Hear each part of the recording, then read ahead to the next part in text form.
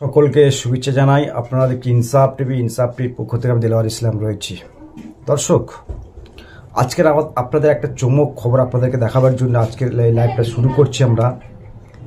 যে বিজেপি ছেড়ে তৃণমূল ছেড়ে, মানে বিজেপির বুথ সভাপতি, তৃণমূলের বিশিষ্ট নেতারা তৃণমূল বিজেপি ছেড়ে আইএসএফের যোগদান, অর্থাৎ বলা যেতে পারে লোকসভা নির্বাচন যত কাছে আসছে, দিন যত ঘনিয়ে আসছে, একে একে কিন্তু শাসক দল, রাজ্যের শাসক দল যিনি রয়েছে তৃণমূল কংগ্রেসে, কেন্দ্রের বিজেপি দল, সেখান থেকে দল ছেড়ে একে একে কিন্তু আইএসএফ ইন্ডিয়ান সেকুলার ফ্রন্টে জয়েন করছে।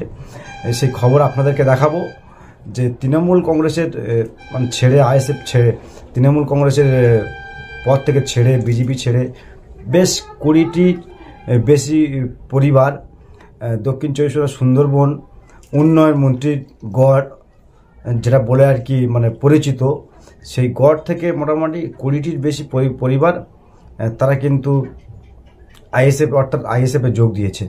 20টির বেশি পরিবার আইএসএফে যোগ দিয়েছেন। দর্শক, ছবি আপনাদেরকে দেখাবো যে আসলে বাংলায় হচ্ছেটা কি। যতদিন লোকসভা নির্বাচনে দাওয়া পেয়ে যাচ্ছে তখন কিন্তু শাসক দল থেকে একটা ভাঙন শুরু হয়ে গেছে। বলা যেতে পারে যে শাসক দলের পায়ের তলা যে মাটি, সেই মাটি কিন্তু দর্শক মানে সরে যেতে শুরু করেছে। কারণ আমরা বারবার দেখি যে তৃণমূল বিজেপি ছেড়ে শাসক দল সেখান থেকে ছেড়ে আইএসএফের মধ্যে রয়েছে কি দর্শক, সে খবর আপনাদেরকে দেখাবো। লোকসভা নির্বাচনের আগে সুন্দরবন উন্নয়ন মন্ত্রীর গড়ে তৃণমূল ও বিজেপিতে ভাঙন, প্রায় 20টি পরিবার যোগ দিলেন আইএসএফে। আবারও লোকসভা নির্বাচনের আগে গঙ্গাসাগরে তৃণমূল ও বিজেপিতে বড়সড় ভাঙন ধরালো আইএসএফ। দক্ষিণ 24 পরগনা জেলার গঙ্গাসাগরের রাধাকৃষ্ণপুরের শুক্রবার রাতে 122 নম্বর বুথের বিজেপির বুথ সভাপতি ও তৃণমূলের কয়েকজন সমর্থক সহ প্রায় 20টি পরিবার সাগর বিধানসভার আইএসএফের সভাপতির হাত ধরে যোগ দেয় আইএসএফে। এই ঘটনায় ইতিমধ্যে রাজনৈতিক মহলে কানাঘুষো শুরু হয়েছে। দর্শক, দেখলেন শাসকের কি হাল।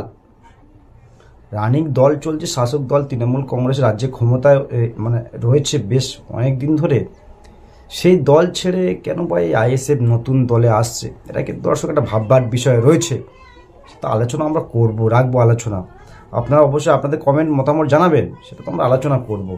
রানিং দল কেন্দ্রে ক্ষমতায় রয়েছেন বিজেপির বুথ সভাপতি বিজেপি ছেড়ে আইএসএফে আসছে, কারণটা কি দর্শক? কারণ অবশ্যই কারণ রয়েছে, নহলে এত মানুষ তারা আসছে কি কারণে? কারণ তো অবশ্যই রয়েছে। একেবারে যে উন্নয়ন মন্ত্রী সুন্দরবনের, তার গড় ছেড়ে দর্শক, এটা ভাবা যায় না। কোনো একটা জায়গায় মনে হচ্ছে এই তৃণমূল নড়বড় করছে, মানে টলবল করছে।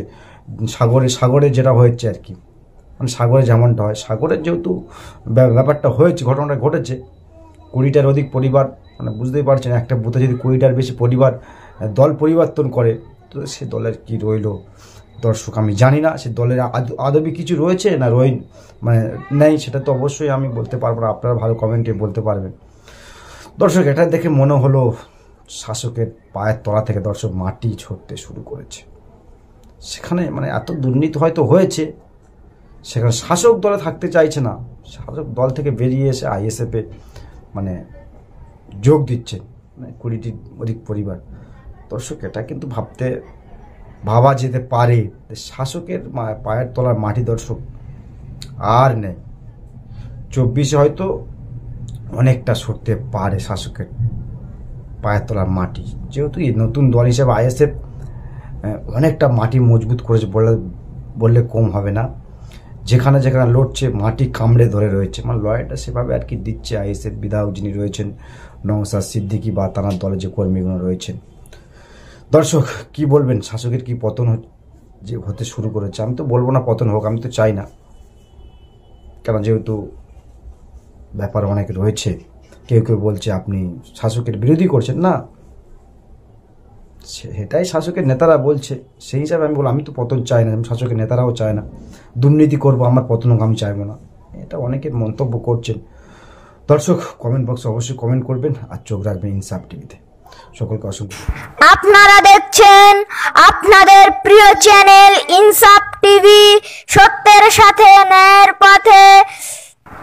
প্লিজ চ্যানেলটিকে সাবস্ক্রাইব করুন আর পাশে থাকা বেল বাটনটি বাজিয়ে দিতে একদম ভুলবেন না।